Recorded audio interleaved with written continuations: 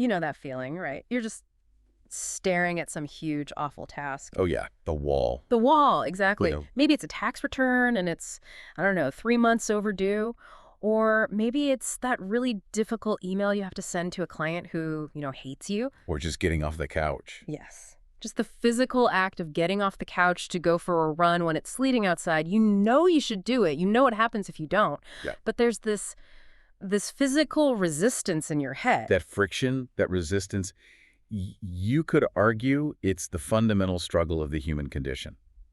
It's that gap between what you intend to do and what you actually do. It really is. And it feels like a battle of wills, right? Like there's a devil on one shoulder saying, nah, stay in bed, and an angel on the other saying, get up. You have to get up. But what if I told you that the struggle isn't really a character flaw? That it isn't about you being lazy or not having enough grit? That it's actually a very specific, very high-level negotiation happening in a tiny chunk of wetware in your brain? It's a calculation. A calculation. A full-blown budgetary meeting, if you will. And, well, unfortunately for a lot of us, that budget committee can be very, very stingy. A stingy budget committee. I love that image. So today, that's where we're going. We are going deep, really deep into the brain's chief executive officer, or maybe a better term is its chief financial officer. We are talking about the dorsal anterior cingulate cortex. The DACC. The DACC.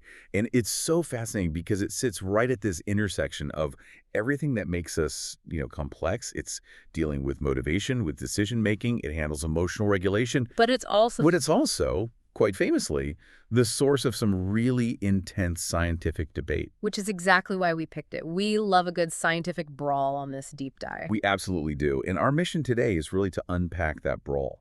We're going to start with the structure of this region, why the anatomy itself is so confusing that scientists can't even agree on what to call the thing. Then we'll move into how it drives economic decision-making, which is what you were hinting at with that friction.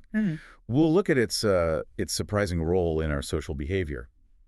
And then, crucially, we have to talk about what happens when this whole system malfunctions. Specifically with depression and chronic pain. Exactly. And just a heads up for everyone listening, because this is the deep dive, and because this field is so complex and contested, we're holding ourselves to a bit of a higher standard today. We're bringing the receipts. We have to. Every major claim we make is going to be backed by specific scientific literature. We'll be naming the authors, the dates, the journals. Which is absolutely essential here, because like I said, even the name DACC is something people will fight you over. Okay, well, let's start right there then. The anatomy. If I were to crack open a skull, metaphorically, of course, please don't try this at home. Please don't. Where am I looking? Where is this DACC? Okay, so you want to look at the medial surface of the frontal lobe. So imagine you take a brain and you slice it right down the middle, separating the left and the right hemispheres. Right down the center line. Exactly. Oh. And you're looking at that flat inside surface. I'm visualizing the cross-section. I'm with you. Okay, good. Now, look for the corpus callosum. That's that big, thick band of white matter fibers that acts as the bridge connecting the two hemispheres. Got it. The cingulate cortex is this sort of belt of gray matter tissue that arches right over the top of that bridge. Hence cingulate, right? From Latin for belt or collar. Precisely. Now, the anterior cingulate is the front part of that belt. And the dorsal anterior cingulate, the star of our show today, is the upper section of that front part. So it's the top front part of the belt. Roughly, yes. Yeah.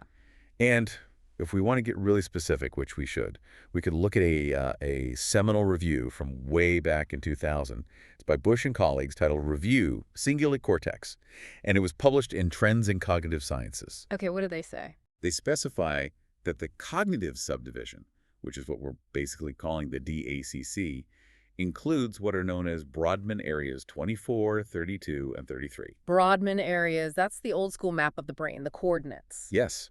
And Bush and his colleagues point out something really critical here about its location. It lies dorsal, so above the corpus callosum. But this is where it gets messy. This is where the nomenclature wars really began. I love a good academic turf war. Who's fighting whom? Well, for a long time, researchers were just calling this huge chunk of brain the ACC. But as our imaging got better, they realized, oh, wait, the emotional parts and the cognitive parts are actually in different spots. Okay, that makes sense. But the real fight is about the cells themselves. The cells. Yes. There is a very important, and I'd say slightly aggressive, paper from 2009 by an anatomist named Brent Vogt. It's called Cingulate Neurobiology and Disease, published by Oxford Academic.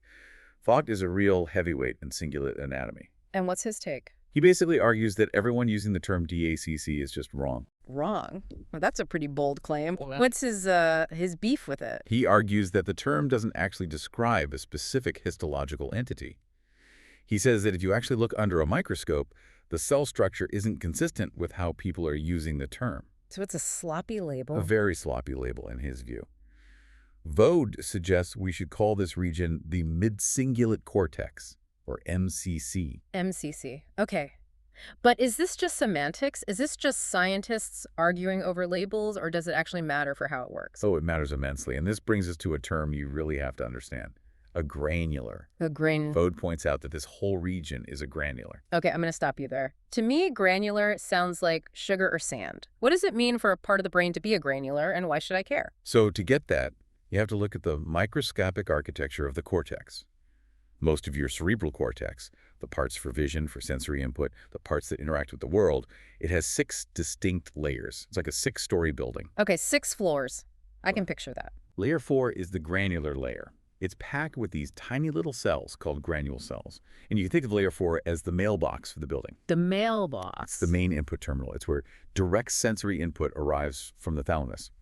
Coming from your eyes, your ears, your skin. So layer 4 is where the outside world's mail gets delivered into the building. Perfectly put.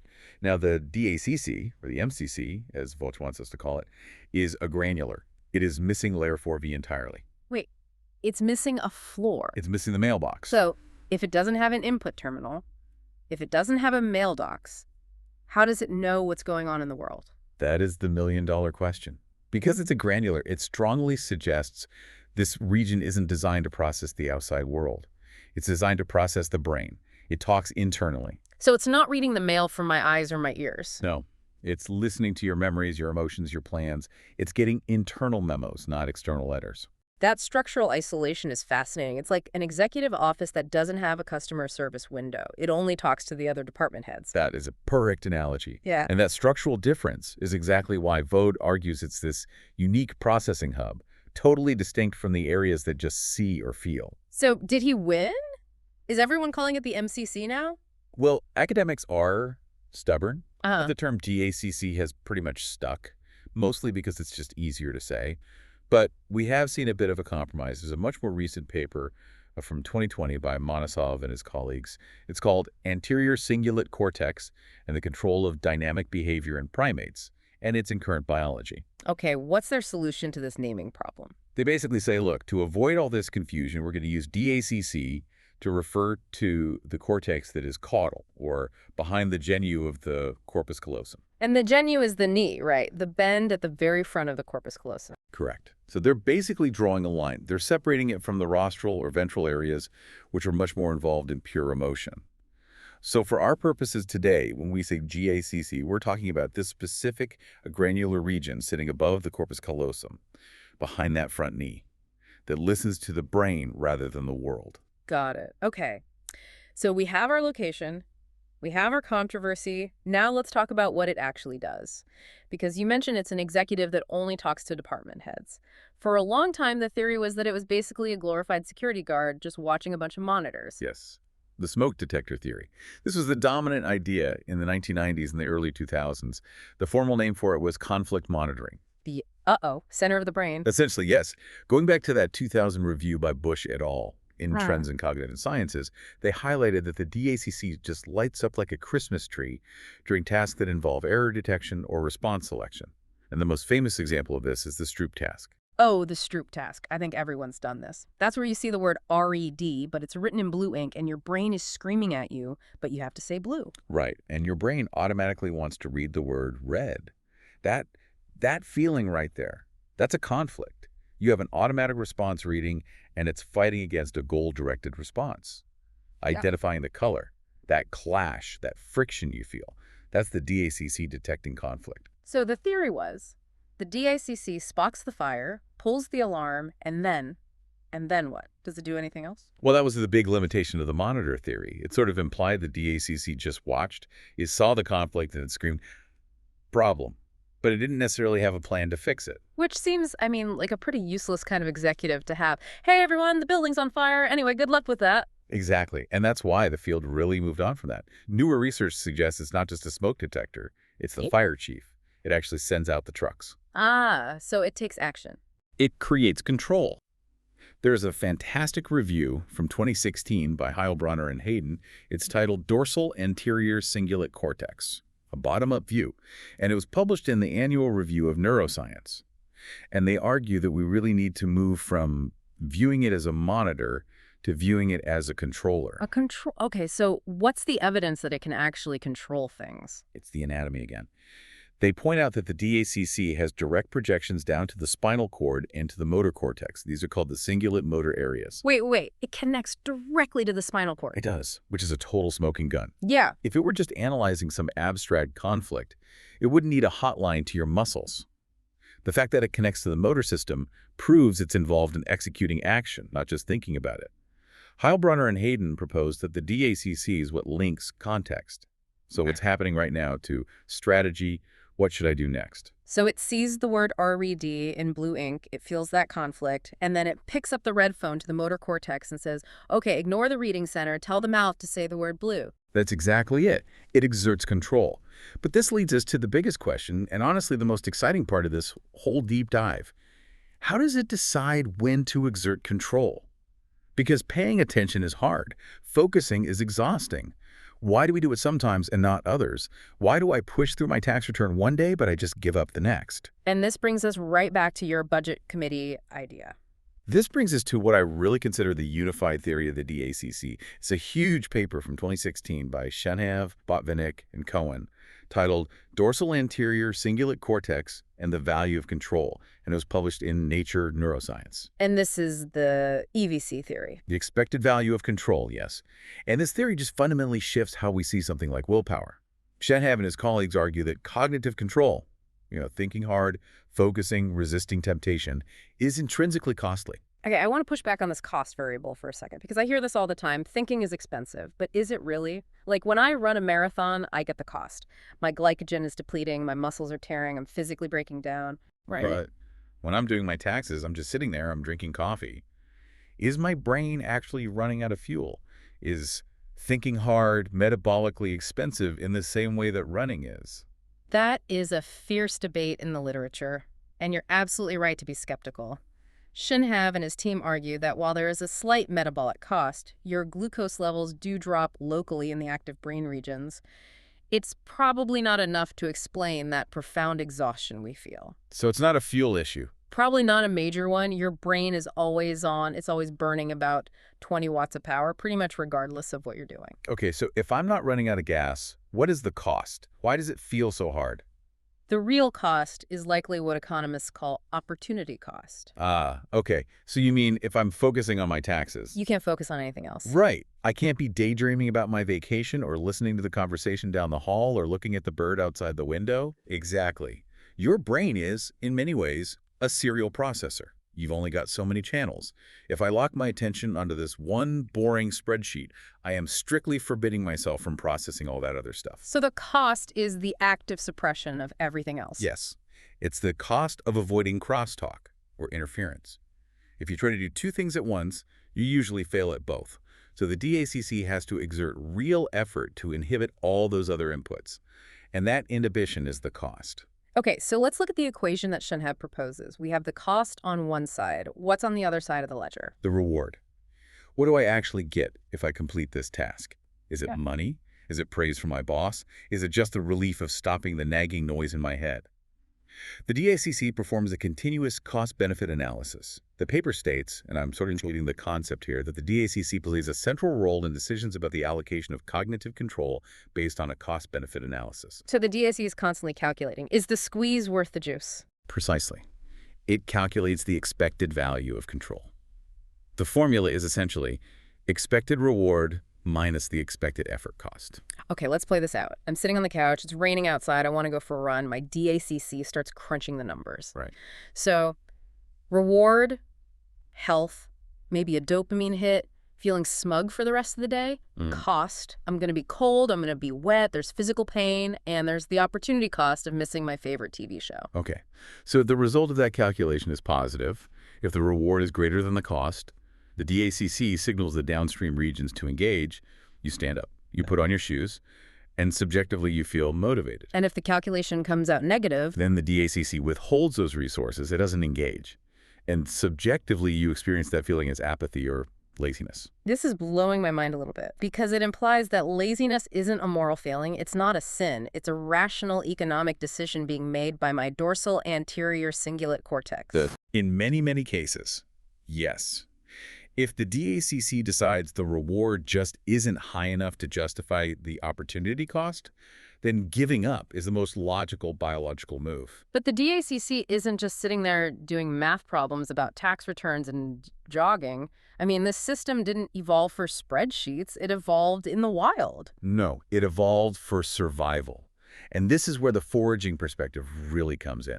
If we look again at that 2016 Heilbronner and Hayden review and the annual review of neuroscience, they really emphasize that we should be looking at all of this through the lens of foraging. Forage, you mean like finding berries? Exactly. Think about a monkey in a berry patch.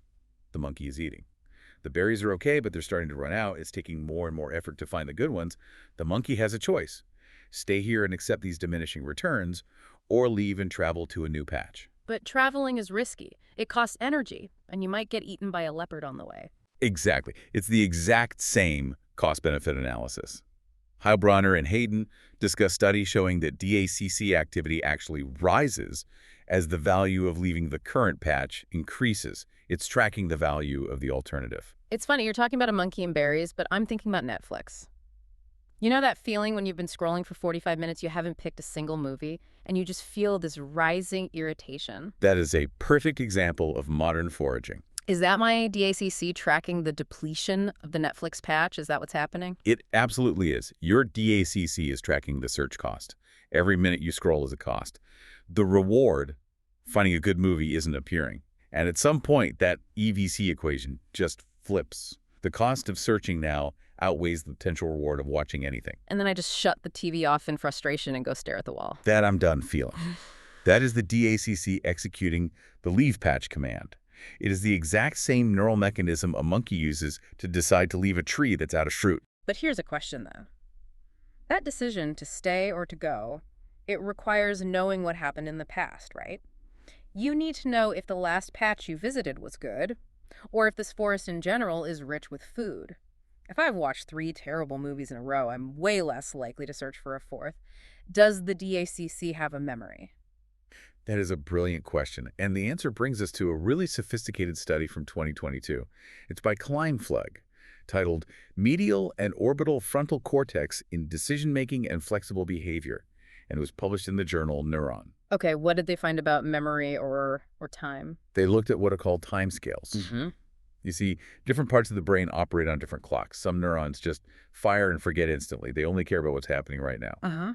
But Kleinflug discusses a finding that DACC neurons show long autocorrelation time constants. Whoa, okay, hold on. Long autocorrelation time constants. You're going to have to translate that from Star Trek for me. What does that actually mean? Okay, think about it like a friendship.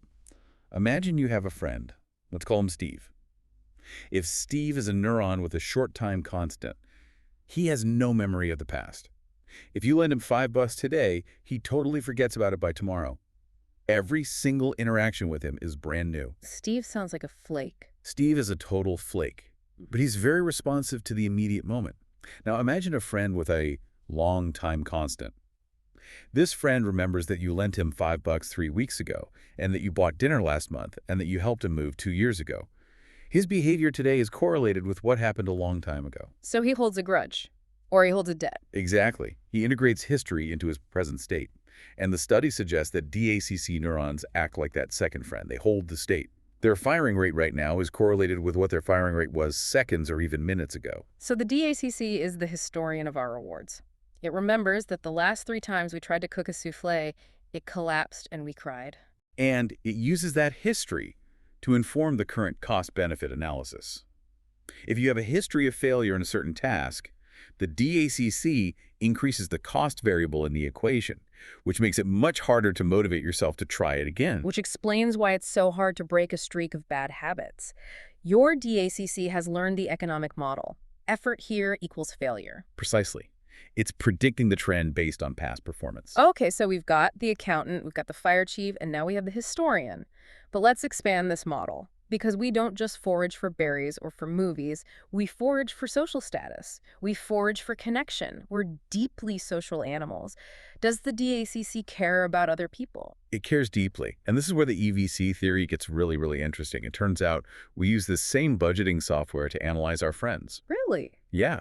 There's a fascinating paper from 2016 by Apps and colleagues titled The Anterior Cingulate Gyrus and Social Cognition, Tracking the Motivation of Others. It was in Trends in Cognitive Sciences. Tracking the motivation of others, that sounds like mind reading. It's pretty close. It's the neurological basis of empathy, or at least a specific kind of cognitive empathy.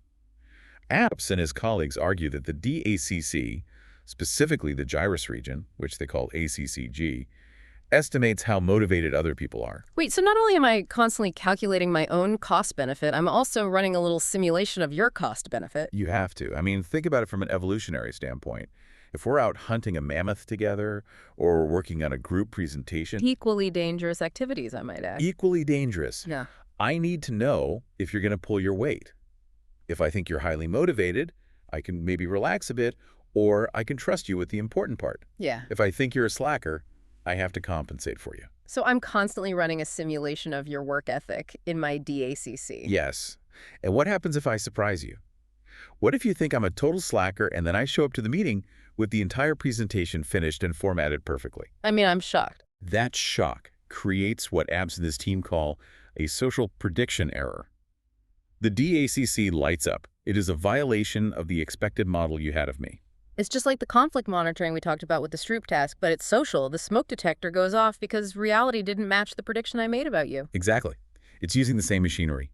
The expected value of control theory applies to our social interactions, too. We're constantly modeling the effort and reward calculations of others. And interestingly, this paper highlights a distinction between the sulcus, which is the groove, and the gyrus, the bump of the cingulate. We're back to anatomy. Yes, but it's functional anatomy. The sulcus seems to be more about my pain, my effort. The gyrus seems to be more attuned to the pain and effort of others. So social cognition kind of piggybacked on the ancient machinery of motor control and foraging. Evolution is a tinkerer, not an engineer. If it has a system for weighing value and effort, it's going to reuse it for navigating social hierarchies. Why would you build a whole new chip when you could just update the software? That is profound. We use the same bit of brain hardware to decide whether to pick another berry as we do to decide if our friend is angry at us or just slacking off on a project. It's all just a calculation of value versus cost. Okay, so we have this incredible sister. It integrates history, it drives action, it reads the room. It sounds like a masterpiece of neural engineering. But as we mentioned in the intro, this deep dive has to go to the dark side because when this system breaks, it breaks hard. It does. And this is, I think, the most important part of this whole conversation. Because the two most prominent manifestations of DAC dysfunction are depression and chronic pain. Let's start with depression. We often think of depression as just sadness or maybe a lack of will. But based on everything we've learned today about the DACC being the controller, it sounds more like a motivation crash. That's a very accurate way to frame it, but the mechanism is actually pretty counterintuitive. There's a brand new paper from 2025, so this is very cutting edge, by Zhu and his colleagues.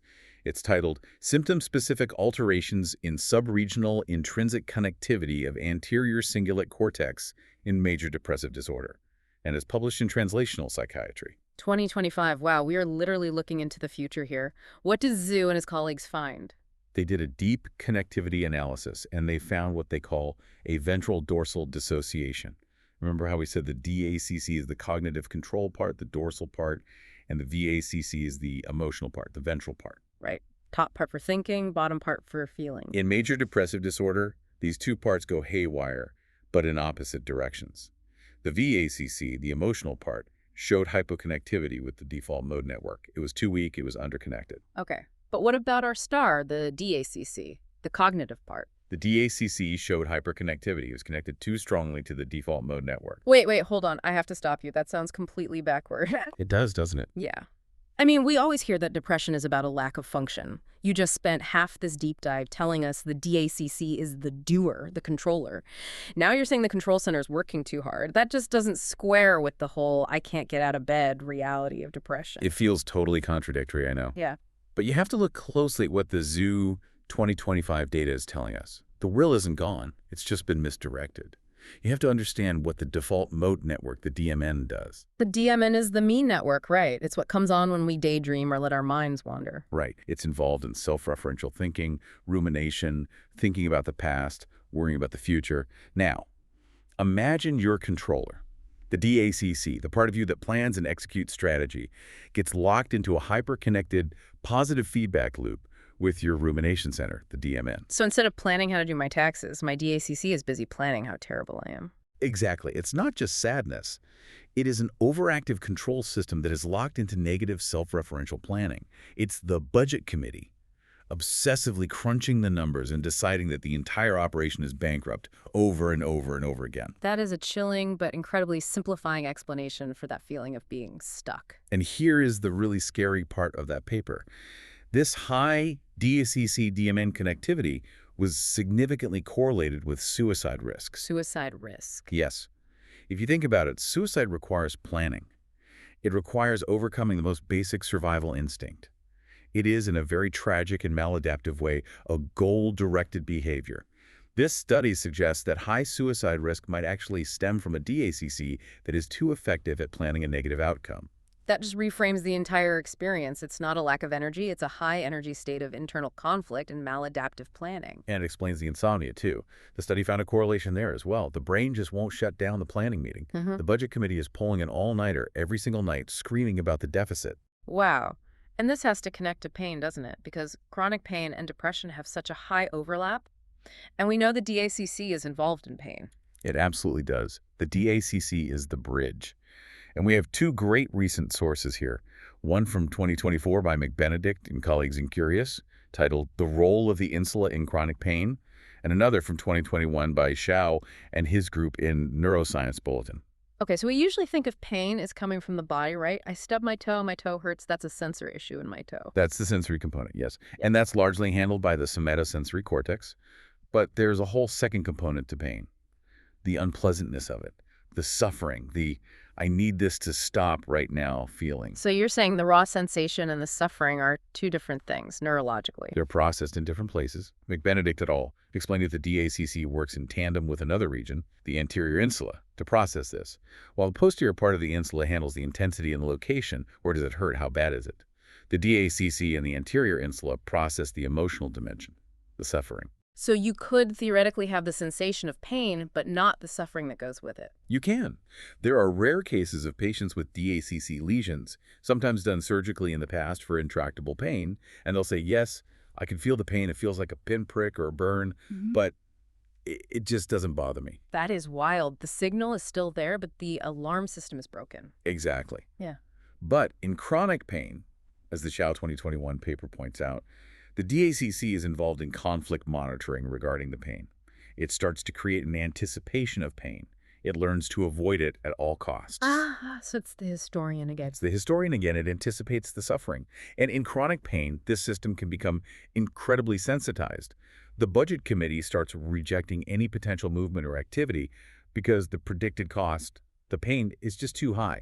So the DACC traps you. It says, don't move, it might hurt, which then leads to stiffness and muscle atrophy, which leads to more pain when you do move, which just confirms the DACC's original prediction.